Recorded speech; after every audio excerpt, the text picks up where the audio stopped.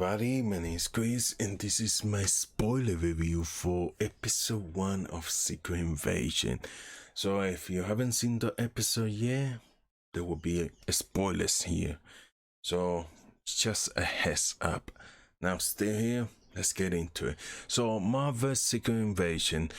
The Marvel shows streaming on Disney Plus right now. Now, this time around, being inspired by the Secret Invasion comic book, although not very much story-wise, as the showrunner has come out and said that Kevin Feige and Marvel advised them not to read the Secret Invasion comic because it's nothing like that what they're doing in this show, but that won't be the first time Marvel does that with some of their projects, and they take them up just by name. Now, starting Samuel L. Jackson and Nick Fury once again, where he slowly starts to discover that a group of Skrulls are trying to take over Earth and make their permanent home. Now, I gotta be honest with you guys, I've been really burnt out with the Disney Plus MCU shows. I still think back of the WandaVision days, and that to me has always been like the high for Disney Plus shows, not even in terms of quality, whether you like that show or not, but I remember the buzz around that show. I remember people being hyped online, people watching it in the middle of the night when the episode dropped, all of that, and I will talk about all day. And then as each show came along, I started to notice a little pattern with these MCU shows. They will start off strong with interesting characters. The actor will do great, but the story will sometimes fall flat, and then the finales has always left me with something more to be desired. It's gotten to the point that now we have a break from these Disney Plus shows, and there hasn't been a Marvel Disney MCU Plus show in a while. I wasn't that excited for Secret Invasion, but you know what? This first episode really reeled me in. Now I want to talk about what I love about this episode. So for one, the opening sequences was really cool. Have Everett Ross in there, and the last time we saw him was in Black Panther Wakanda Forever.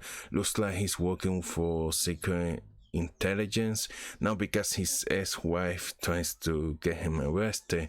But I thought everything in that opening sets up perfectly the premise of the entire show. Those Skrulls were promised by Nick Fury a planet of their own, a home, and they have been decades later and they have not made that promise.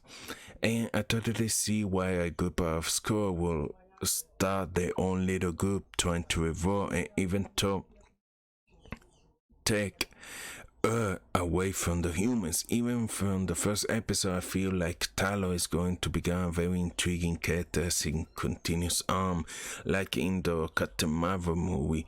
And here I can already start to see him tendering.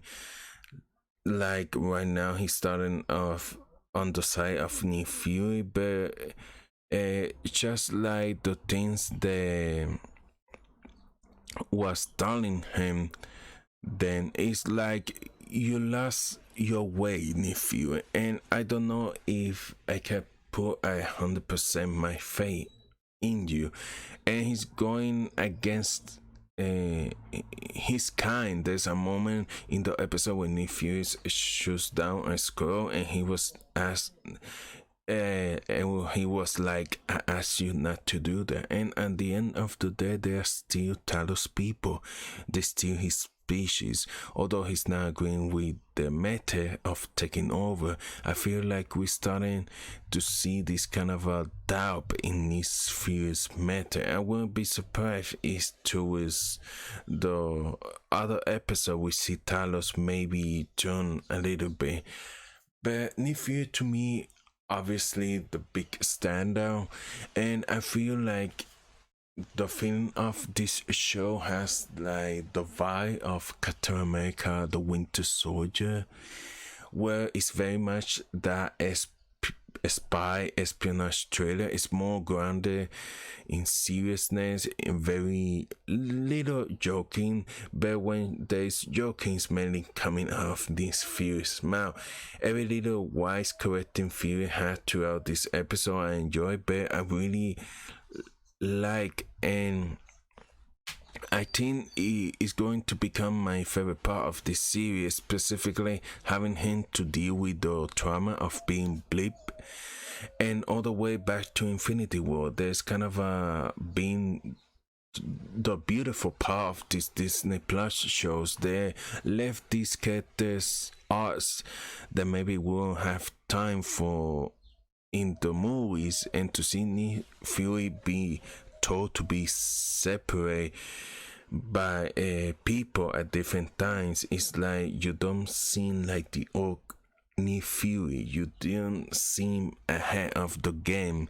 You seem kind of slow right now, and it's kind of that case that you need to get off this mission.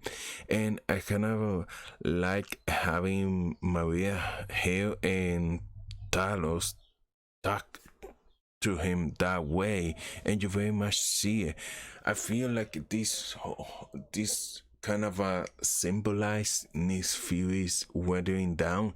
He looks nothing like that in the trailer for the Marvel, so I'm assuming by the end of this series he's gonna not only gonna physically but also symbolically clean himself and look more like the classic Nick Fury by the time we get to that movie. And here we're gonna see the art behind that. Nick Fury has always had someone who we've seen ahead of the game, and to see him genuinely being thrown off, confused, and even overpowered, I think that is going to be the best part of the series. Now, I for sure want to talk about what happened to Maria Hill in this episode, because that was the most shocking aspect of it for me. I was not expecting the episode to end with her dying. Maria Hill, played by Kobe Smulders, has been a character that's been in Marvel all the way back to the first Avengers movie. She's been there for so long, making little introductions here and there, and it's always kind of a nice treat to see her.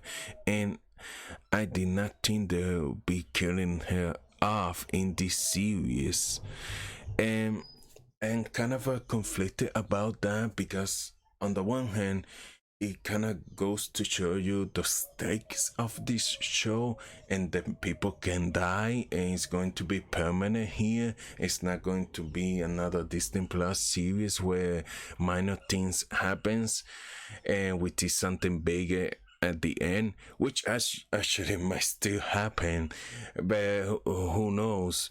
But on the other hand, I was like, then I would have been nice to see her continue in the MCU, but maybe her role in the MCU is just kind of being fulfilled. There's been nothing else left for her to do. It's definitely going to be the kick in the butt that Nick Fury needs to kind of shape himself up, losing a best friend like that agent that has been him for so long. I feel like in episode 2 we're gonna see a serious change in Nick Fury, because in the first episode he was kind of losing goods in it, you know, being wacky, being funny, and he won't even get out of the chair while his friends was being beaten up.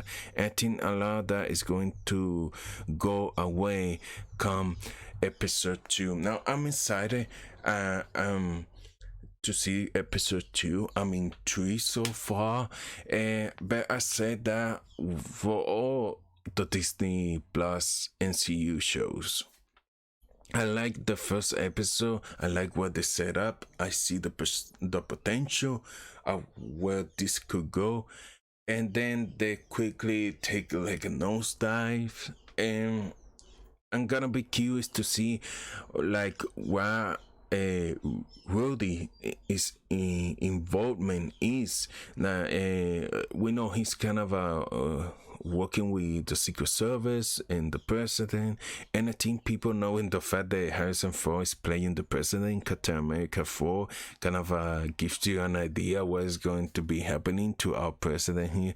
Now, whether he's already a Skrull or he's going to get Skrullified, and end up that this show is going to end up with General Ross taking power as president. So I'll say the first episode was very good. It has some interesting element and a bit different of the typical NCU show. So I'm intrigued, and I hope by the end of it turned out to be a really great show. So let's see.